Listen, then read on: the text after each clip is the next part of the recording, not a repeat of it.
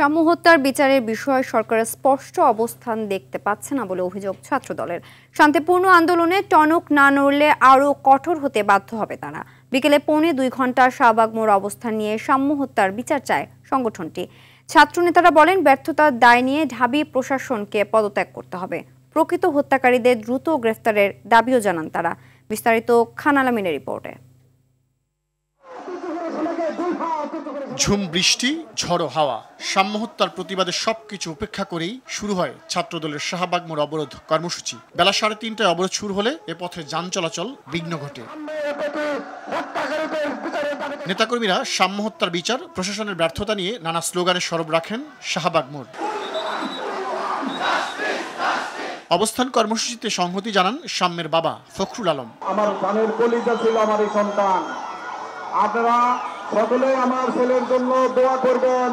সবাই আমার ছেলের জন্য বিচারের দাবিতে যে সমবেত হয়েছেন, এই সমবেত হওয়ার জন্য আমি আপনাদেরকে সকলকে অন্তঃস্থল থেকে ধন্যবাদ জানাই। নেতারা বলেন, ছাত্রদল নেতাদের টার্গেট করে হত্যা করা হচ্ছে। সাম্য হত্যাকাণ্ড নিয়ে ফ্যাসিস্ট সরকারের মতো দায় এড়ানোর চেষ্টা করছে সরকার ও বিশ্ববিদ্যালয় প্রশাসন। 5 আগস্টের পরে ঢাকা বিশ্ববিদ্যালয়ে 2টি লাশ পড়েছে।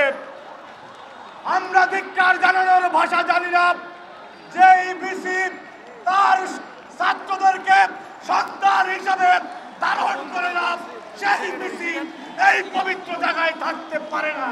5 আগস্টের পরবর্তী সময়ে বাংলাদেশ জাতীয়তাবাদী ছাত্র দলের নেতাকর্মীদেরকে টার্গেট করে বাংলাদেশের বিভিন্ন প্রান্তে হত্যাকাণ্ডের শিকার হতে হচ্ছে।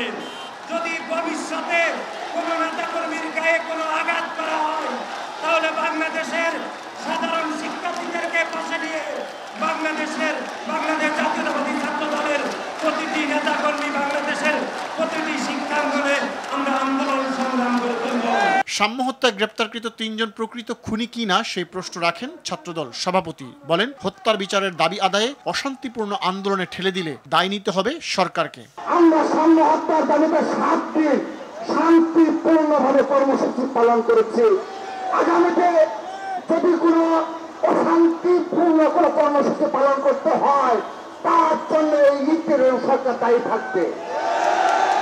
আমরা পুরো ঢাকা শহর উচ্চারণ করে দেব, আমরা বাংলাদেশকে উচ্চারণ করে দেব।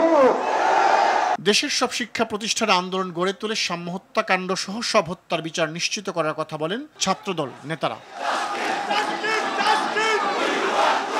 খান আলামিন, RTV, ঢাকা।